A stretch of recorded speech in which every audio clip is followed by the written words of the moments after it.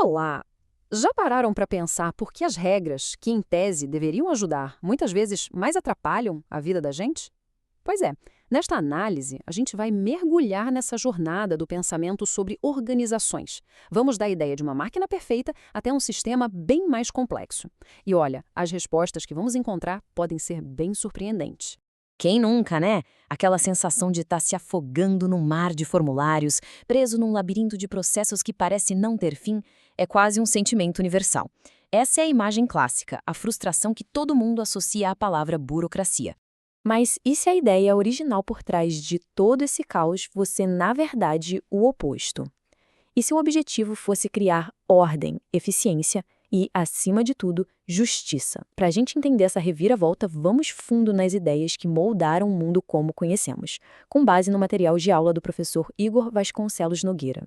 Então, vamos começar do começo. Para entender a burocracia de hoje, a gente precisa voltar lá para o início do século XX e conhecer um dos pensadores mais importantes da sociologia, Max Weber, e a sua visão de um tipo, digamos, ideal de organização. A grande metáfora aqui é essa, a organização como uma máquina. Pensa num motor, sabe? Tudo perfeitamente ajustado. Na época do Weber, o que reinava era o nepotismo, as decisões arbitrárias. A proposta dele foi uma verdadeira revolução.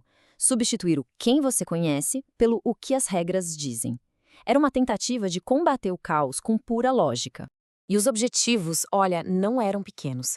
Primeiro, aplicar a razão a tudo. Segundo, usar a ciência para entender como os grupos funcionam e o grande prêmio, criar um sistema tão previsível, tão padronizado, que os resultados seriam praticamente garantidos.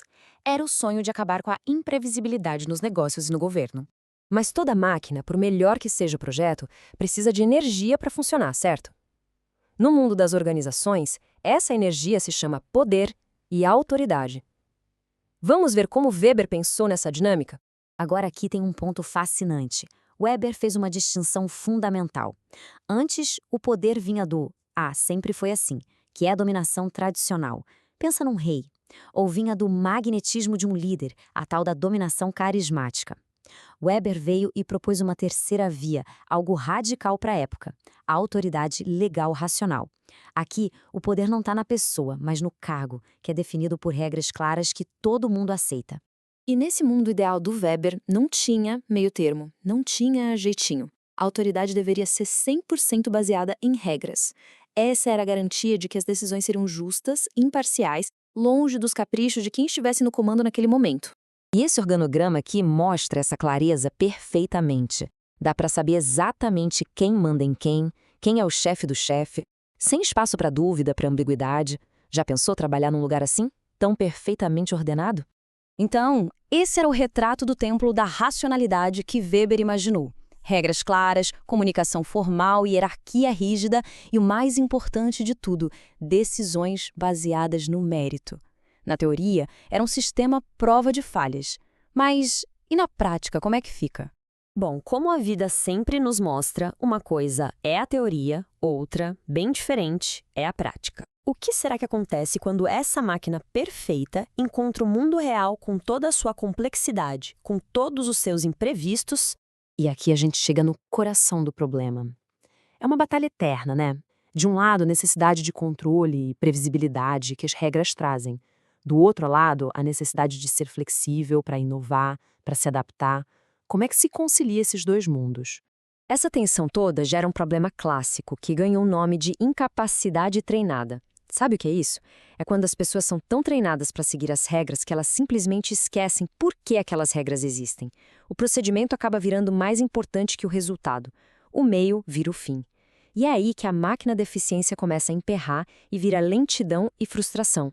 Essa percepção de que a máquina tinha lá suas falhas abriu as portas para uma forma totalmente nova de pensar.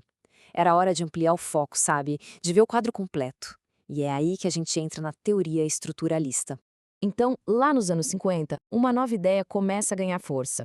O estruturalismo não joga fora o modelo do Weber. Pelo contrário, ele faz algo radical. Ele olha justamente para o que o Weber ignorou. Ele reconhece que por trás de todo organograma oficial existe uma rede invisível, de amizades, de grupos, de alianças, que tem um poder imenso. Esse quadro aqui resume a evolução de uma forma fantástica. Pensa só, a teoria clássica olhava para a estrutura, para a máquina. A escola das relações humanas olhava para as pessoas. O que o estruturalismo faz? Ele junta tudo. É a síntese. Ele olha para a estrutura, para as pessoas e para algo novo e fundamental, o ambiente externo que cerca a organização. O estruturalismo enxerga a organização não mais como uma máquina, mas como um ecossistema. Existem as regras formais, claro, mas também existem as relações informais, as recompensas, os conflitos, que agora são vistos como algo natural do processo. E, o mais importante, a constante influência do mundo lá fora. E se a organização mudou, a pessoa que trabalha nela também precisa mudar. Aquela pecinha da engrenagem já não serve mais. Agora é preciso um novo tipo de profissional, o chamado homem organizacional. Esse novo protagonista é quase um malabarista. Precisa ser flexível, resiliente, ter uma visão de longo prazo e, acima de tudo, uma vontade genuína de crescer, de deixar sua marca nesse ambiente que é ao mesmo tempo complexo e cheio de desafios. E assim, a gente meio que fecha o círculo. Saímos daquela rigidez da máquina de Weber e chegamos na fluidez de um sistema vivo, complexo e que está o tempo todo em evolução. Então, o grande salto evolutivo está aqui. De um lado, a burocracia, quase uma caixa preta focada nela mesma, buscando a perfeição interna.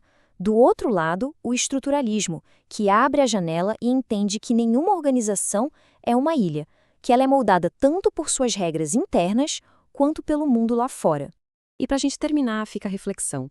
As organizações onde a gente trabalha, com as quais a gente interage hoje, elas se parecem mais com a máquina ideal do Weber ou com os sistemas complexos e adaptativos do estruturalismo? E talvez a pergunta mais importante: qual será a próxima grande ideia que vai moldar a forma como a gente se organiza? A história, com certeza, continua.